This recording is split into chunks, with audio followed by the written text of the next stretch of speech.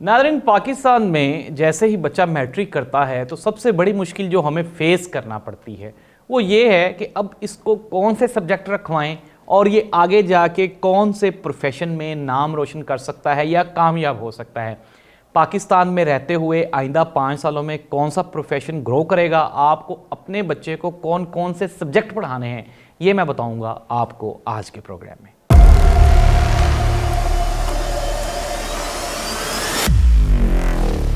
औज़ुबिल्लाहिमिनश्शैतानिर्रजीम, बिस्मिल्लाहिर्रहमानिर्रहीम, अल्लाहुम्मा सल्ली अला मुहम्मदिन व आलि मुहम्मद। करोड़ों दरूद व सलाम हज़रत मोहम्मद मुस्तफ़ा सल्लल्लाहु अलैहि वसल्लम पे और आप सल्लल्लाहु अलैहि वसल्लम की आल पे ज़ाहिद अब्बास नकवी ऑफिशियल पे खुशामदीद। नाज़रीन, हमने जब मैट्रिक की, फिर मैट्रिक में साइंस सब्जेक्ट रखे, फिर एफएससी ज़ाहिर सी बात है की, एफएससी करने के बाद फिर बीएससी की। हमें लाइन्स का कुछ ना कुछ अदराक था, अंदाज़ा था कि हमने क्या करना है। लेकिन सारा कुछ करने के बाद जब बीएससी कर ली तो चूँकि फैमिली में सारे सहाफ़ी थे तो फिर शौक़ भी सहाफ़ी बनने का था। तो बीएससी करने के बाद सहाफ़त का वो जो था प्रेशर था या जो आपके अंदर जो स्वैग था वो बाहर आ गया। फिर दोबारा जाके फील्ड चेंज करना पड़ी। ये मुश्किल बात होती है जब आप अपने कैरियर को डिसाइड कर रहे हो। ये पेरेंट्स की ज़िम्मेदारी है कि वो अपने बच्चों को इस तरह से तैयार करें ताकि उनका प्रोफेशनल जो कैरियर है वो बेहतर रहे। पाकिस्तान में हम देखते हैं कि हर 5 साल के बाद रिदम या स्टाइल या वो जो रुझान होता है वो चेंज हो जाता है। किसी दौर में था कि बच्चे को जी आपने ना मैट्रिक करने के बाद एफएससी या तो मेडिकल करवाना है या इंजीनियरिंग करवानी है, यानी इंजीनियर और डॉक्टर का स्कोप था। फिर हमने एकदम से देखा कि वो स्कोप चेंज हुआ और फिर बच्चों में एक नई लहर पहुंची, आई कॉम बी कॉम, यानी कॉमर्स का दौर आ गया। हर बच्चा कॉमर्स की फील्ड में जा रहा है। फिर हमने देखा कि एकदम से सडन चेंज आया और फिर आईसीएस बीसीएस का रिवाज आ गया, यानी कि कंप्यूटर साइंसेस के जो सब्जेक्ट्स थे उनको पीक मिल गई और वो चले गए ऊपर की तरफ। अच्छा, सिमिलरली फिर हमने देखा कि चूंकि आहिस्ता आहिस्ता पाकिस्तान में नौकरियों की कमी होना शुरू हो गई और फिर ये जो जिस तरह से ये जो एज अ फ्रीलांसर्स और ये जो डिजिटल मीडिया पे जो बिज़नेस थे जैसा कि अमेज़ॉन वगैरह, ये सारा डिजिटल मार्केटिंग, इसका रुझान बढ़ा। और फिर बच्चों ने सबसे बढ़ के जो एक पीक पे जो चीज़ जो हमारे मुल्क में गलत गई वो थी मैस कॉम की डिग्री, कि अपने बच्चों को, हर बंदे को शौक़ पड़ गया कि मेरा बच्चा बड़ा होकर सहाफ़ी बनेगा। अब पाकिस्तान में टोटल 70 टीवी चैनल्स हैं। अब उन 70 टीवी चैनल्स पे ना ही तो पाकिस्तान में फिल्म इंडस्ट्री है, ना ही ड्रामा इंडस्ट्री है और ना ही पाकिस्तान में और कोई मीडिया की इंडस्ट्री है। तो बड़ा मुश्किल हो गया। अब एक यूनिवर्सिटी कम से कम 1000 बच्चा प्रोड्यूस करती है। पाकिस्तान में 150 यूनिवर्सिटीज़ हैं जो कि लाखों की तादाद में सालाना बच्चे प्रोड्यूस कर रहे हैं मीडिया की इंडस्ट्री में, लेकिन उनके पास जॉब्स नहीं है। अब वो बच्चे कहाँ पे जाएंगे? तो नाज़रीन, आप इस तरह से टाइम के साथ और वक्त के साथ फैसले करें जो आपके लिए फ़ायदेमंद हों। अब जो मौजूदा सदी है, सबसे पहली बात तो ये कि आप अपने जहन नशीन कर लें, अपने बच्चे को 2 से 3 हुनर लाजमी सिखाएं। इसके बगैर आपका बच्चा कभी भी कामयाब नहीं हो सकता। सबसे पहला हुनर जो कि मौजूदा सदी का सबसे ज़रूरी हुनर है वो है कंप्यूटर की बेसिक एजुकेशन। अपने बच्चे को कंप्यूटर की बेसिक एजुकेशन लाजमी दिलवाएं। अगर आपके घर में कंप्यूटर है तो आप उसको घर में मौका दें कि वो कंप्यूटर पे खुल के काम करे। नंबर 2, अगर कंप्यूटर नहीं है, आजकल मोबाइल में तकरीबन सारे कंप्यूटर वाले सॉफ्टवेयर्स होते हैं, अगर वो मोबाइल पे भी है तो उसको अप्रिशिएट करें। कोशिश करें कि वीडियो गेम्स वगैरह ये भी वो खेलेगा। ज़ाहिर सी बात है, जब हम छोटे थे तो हम भी खेलते थे, हम बाहर जाके खेलते थे। अब बच्चे अंदर रह के खेलते हैं, इंडोर गेम्स ज़्यादा है।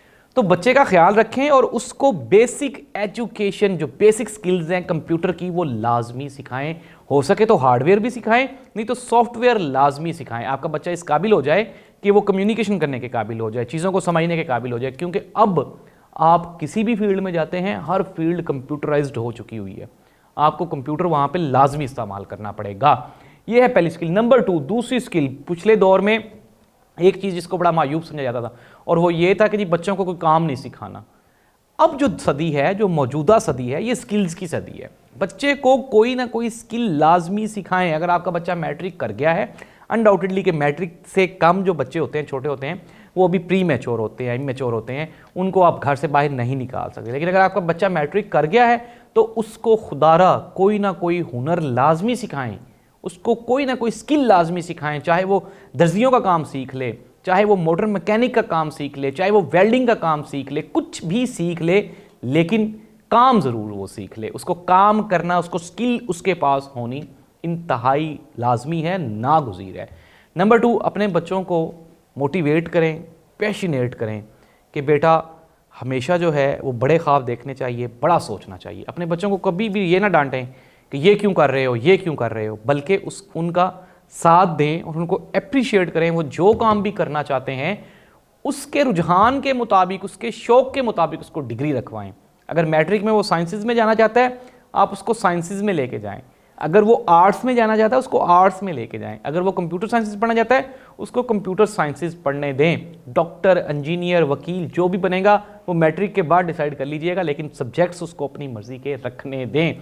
हमने देखा कि वक्त गुजरने के साथ साथ एक वक्त ऐसा आता है यहाँ पे लाखों डॉक्टर्स होते हैं, लेकिन एक डॉक्टर बहुत कामयाब होता है, 2 कामयाब होते हैं, सारे कामयाब नहीं होते।